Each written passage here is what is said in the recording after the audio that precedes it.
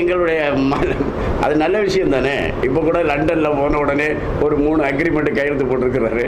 நல்ல விஷயந்தான். வெளிநாடு போகிறது இப்போ உலகம் இப்படி கைக்குள்ளே அடங்குற மாதிரி ஆயிடுச்சு. இப்போ உலகங்கிறது முன்னாடியெல்லாம் கடல் கடந்து போனால் தீட்டு அப்படிங்கிற மாதிரி சொல்லுவாங்க. இப்போ உலகம் நம்ம கைக்குள்ளே அடிக்கிறதுக்கு உலக அளவில் வியாபாரங்கள் கொள்முதல்கள் எல்லாம் செய்ய வேண்டியது அவசியம்தான். பிரதமர் நரேந்திர மோடி அதானே செய்கிறாரு. அதை பார்த்து முதலமைச்சர்களும் செய்ய தான் செய்வாங்க. ஆனால் முதல்ல உலக முதலீட்டாளர்கள் மாநாட்டை குஜராத்தில் தான் நரேந்திர மோடி தான் முதல்ல துவக்கினார். ஒரு முதலமைச்சர் முதலீட்டாளர்கள் மாநாடை, உலக அளவில் மாநாடை தன்னுடைய மாநிலத்தில் நடத்தலாம் அப்படிங்கிறத செயல்படுத்தி காட்டினவர் நரேந்திர மோடி தான். அதனால முதலமைச்சர்கள் வெளிநாட்டில் போய் முதலீட்டை ஈட்டு கொண்டு வர்றாங்கன்னா நாங்கள் அதை வரவேற்க தான் செய்வோம். வரவேற்க வேண்டிய விஷயம், அது நல்ல விஷயம். அப்புறமா ஒரு விஷயம் சொல்லிக்கணும். இந்த சிபிஐ புலனாய்வு துறையில் பாஜக தலையிடுறது கிடையாது. பாஜக தலையிடாததுனால தான் சிதம்பரம் கைது செய்யப்பட்டிருக்கிறார். காங்கிரஸ் கட்சியை பொறுத்த மட்டும் அவங்க இந்த மாதிரி விவகாரங்களில் தலையிடுவாங்க. வேண்டியவங்ககிட்ட போய் விசாரிக்காதங்கன்னு சொல்லுவாங்க, வேண்டாதவங்கன்னா விசாரிச்சிங்கன்னு சொல்லுவாங்க. அதுதான் தலையீடு. அவங்க தலையிடுறதுனால அவங்களுக்கு வேண்டாதவங்க விசாரிக்கப்படுவாங்க, வேண்டியவங்க விசாரிக்கப்பட மாட்டாங்க. பிஜேபியை பொறுத்த மட்டும் நாங்கள் தலையிடுறது இல்லை. அதனால தான் யார் விசாரிக்கப்பட வேண்டியவங்கள விசாரிக்கிறாங்க, அவங்க வேலையை செய்கிறாங்க. நாங்கள் தலையிடுவது இல்லை. அப்புறமா ரிசர்வ் வங்கியிலிருந்து 1,76,000 கோடி ரூபாயை நீங்கள் ஏன் எடுக்கிறீங்க? அது வழக்கமாக எடுக்கிறது தான்.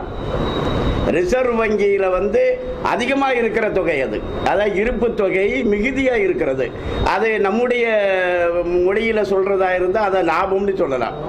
அந்த தொகை மத்திய அரசாங்கத்துக்கு தான் கொடுப்பாங்க. மத்திய அரசாங்கத்துக்கு கொடுக்காம அதை என்ன ஆத்திலியா போடுறது? மத்திய அரசாங்கம் தான் கொடுப்பாங்க. இது வழக்கமாக நடக்கிற விஷயம். இதே வங்கிகளுக்காக, பொதுத்துறை வங்கிகளுக்காக 55,250 கோடி ரூபாய் இப்போது ஒதுக்கப்பட்டு இருக்கிறது. எங்களுடைய நிதி அமைச்சர் நிர்மலா சீதாராமன் இப்போ அறிவிச்சிருக்காங்க. நாங்கள் வங்கிகளுக்கு ஒதுக்கி இருக்கோம் 55,250 கோடி ரூபாய் ஒதுக்கி இருக்கோம். நாங்கள் வங்கிகளுக்கு நிறைய ஒதுக்கிட்டு இருக்கோம், தொடர்ந்து செஞ்சுட்டு இருக்கோம்.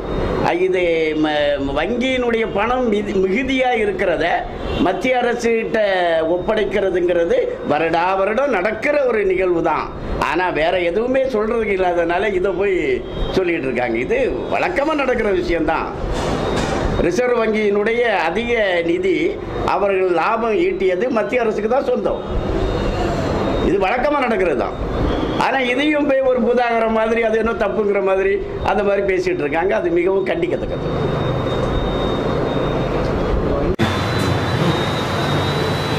நாமக்கல்ல ஏற்கனவே 2 பகுதியில் நாங்கள் மக்கள் நல திட்டங்களை பாஜக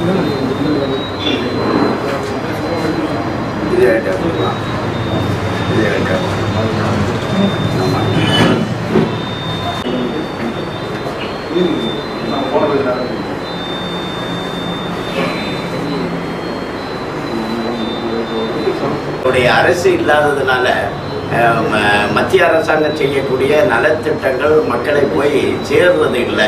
அப்படியே சேர்ந்தாலும் இது மாநில அரசினுடைய திட்டங்கிற மாதிரி உள்ள முகாம் இன்னைக்கு நடத்துகிறோம். இப்போ 10 மணிக்கு அது அங்கே இப்போ ஆரம்பம் ஆயிருக்கும். வங்கியிலேருந்து அதிகாரிகள் வந்திருக்காங்க, தபால் நிலைய அதிகாரிகள். ஆமாம், உங்களுக்கு ஒரு அரசியல் வியூகம் இருக்குல்லவா, அவங்களே செஞ்ச மாதிரி. இப்போ எம்எல்ஏ, அவங்களுடைய எம்பி அப்படின்னு வரும்போது இதில் போய் விநியோகம் பண்ணுறீங்க. அதை நான் தான் கொடுக்குறேன்னு சொல்லி கொடுக்குறீங்க. நீங்கள் மக்கள் என்ன நினைக்கிறாங்கன்னா நீங்கள் தான் கொடுக்குறீங்க அப்படின்னு நினைக்கிறாங்க.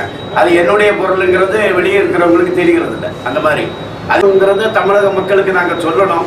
அதுக்காக நாங்கள் இதை செய்கிறோம்.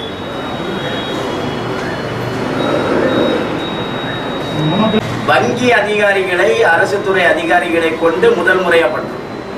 அது எங்கே நடத்துகிறோம்? காலப்பநாயகம் பள்ளியில் இன்னைக்கு.